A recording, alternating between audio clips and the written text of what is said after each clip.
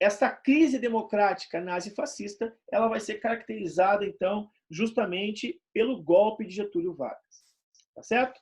Então, eu queria chamar a atenção de vocês, agora faltam exatos 10 minutos para a gente terminar a nossa aula. Eu queria chamar a atenção de vocês para as ideias aqui contidas no texto que abre o capítulo de vocês, que é um texto que vai falar sobre a era Vargas, né, e esse problema, né, da crise democrática no Brasil. Com licença, vou ler aqui para vocês. A ideia de que a democracia é o melhor sistema político da sociedade consolidou-se a partir do século XIX, em diversas regiões do mundo, após o intenso processo de lutas sociais.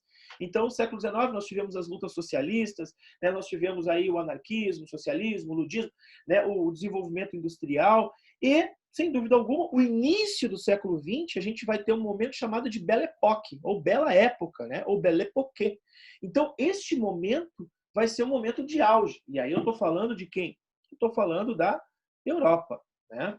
Porém, ao mesmo tempo em que o ideário, né, o ideal democrático se disseminava, também ocorreu o fortalecimento de ideias e propostas autoritárias e antidemocráticas. E a gente vai ver, a gente teve aqui, discutiu os autores do final do século XIX e início do XX que falavam sobre os ultranacionalismos. Né? Nós falamos sobre eles.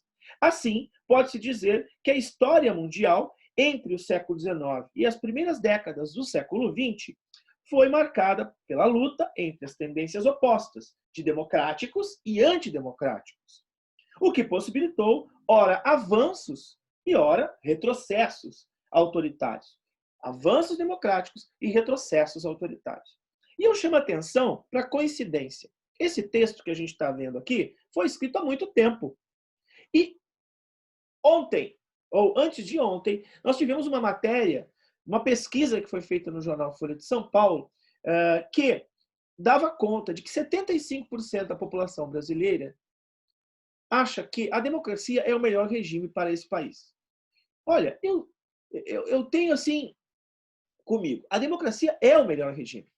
É o melhor regime. Mas ainda existem 13% das pessoas que não acham, que acham que nós temos que ter um governo autoritário no país. E o resto, né, o resto não sabe aí, o que é democracia e não sabe o que é autoritarismo, certo? Então, 75 é um número extremamente expressivo, ou seja, 2/3 da população brasileira acredita que o Brasil deva ser um país democrático. E olha que coisa, né? Vem ao encontro desse texto que a gente está lendo aqui.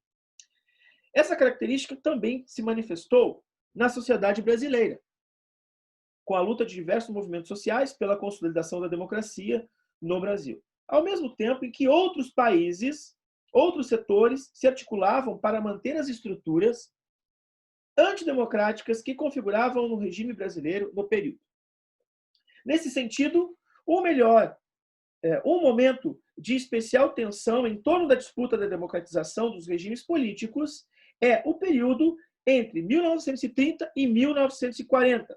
Foi nesse momento, por exemplo, que se consolidaram os regimes totalitários em diversas regiões da Europa. Estou falando do nazismo e estou falando do fascismo.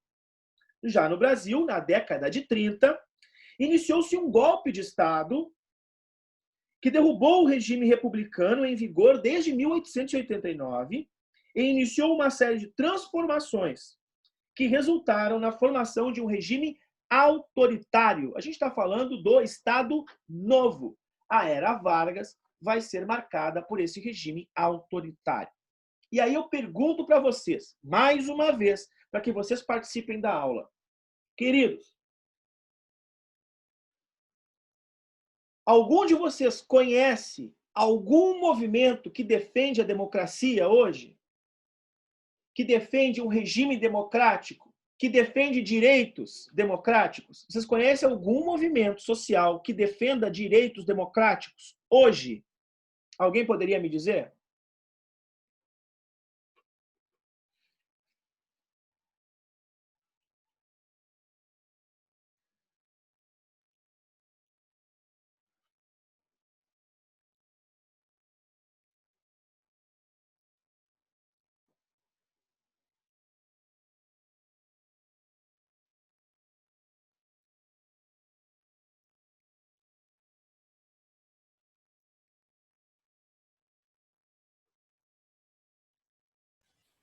Eu não sei.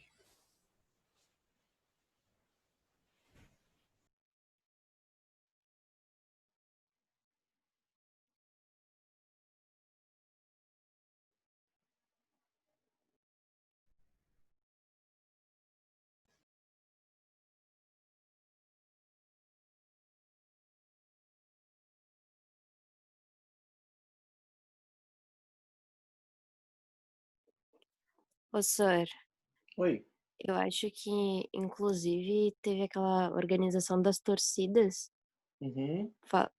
pela democracia, Perfeito. que é um movimento assim que teve Isso, forte movimento, ultimamente, mesmo dentro da pandemia, né?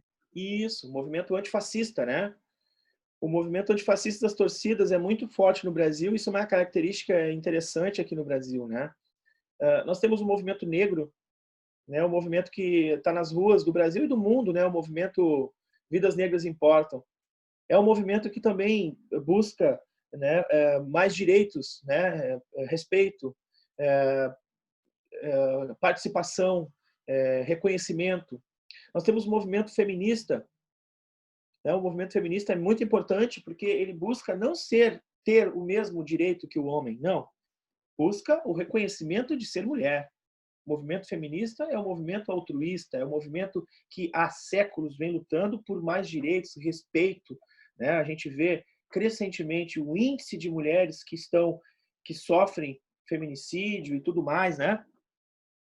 O preconceito, né? Ganham menos. Eu tive uma aula lá no Santa Marta com o professor de educação física. A gente fez uma aula juntos pela internet. A gente trabalhou a ética no esporte. E a gente vê muito isso no esporte, né? Tem mulheres, por exemplo, que jogam bola, por exemplo, né? E que ganham 20 vezes menos do que um homem que joga bola. A CBF trata a seleção feminina bem diferente da seleção masculina. Bom, nós temos um movimento agora, que domingo, né, são 50 anos de luta, que é o movimento LGBTQI+, né? É um movimento, então, que também busca respeito dentro do regime democrático, né? Respeito no sentido de existir. Teve ganhos importantes nesses tempos, né? Teve ganhos E a importantes busca pela representatividade nessa. justamente, né? Por exemplo, eu me lembro que quando eu trabalhava no fórum, trabalhei no fórum uma época, tinha uma situação que foi muito louca assim no meu cartório, né? Isso foi em 96, 1996. Um casal viveu junto anos, anos, anos. E os dois eram vovô, os dois homens, né? Eram dois gays, óbvio. E um morreu. Morreu e deixou todos os bens, né? Casa, carro, casa na praia, deixou para o outro. A família do outro, a família daquele que morreu, que não aceitava o fato dele ser gay, isso em 96, tá, gente? Reivindicou os bens para eles, na justiça. Porque os bens seriam da família e não do parceiro dele, que não é reconhecido pelo Estado. Então, olha só, hoje, esse cara ganhou, tá? O juiz deu o ganho de causa para o parceiro. Hoje, existe uma lei, cara, para te casar. Tem o casamento homoafetivo, que garante essas coisas, né? Do convívio. Então, aí como falou o Lorenzo, não sei se foi o Lorenzo que falou, mas é a questão da representatividade. É de fazer presente. Eu pertenço ao Estado, eu sou pertencente, eu tenho que ter leis que me representem. Então, por hoje é isso, pessoal. Eu agradeço a atenção de todos, eu agradeço a presença também. Mandem os textos, não esqueçam de colocar o nome. Uma boa semana para todos, um beijo e até mais. Tchau. Professor, Tchau. Tchau.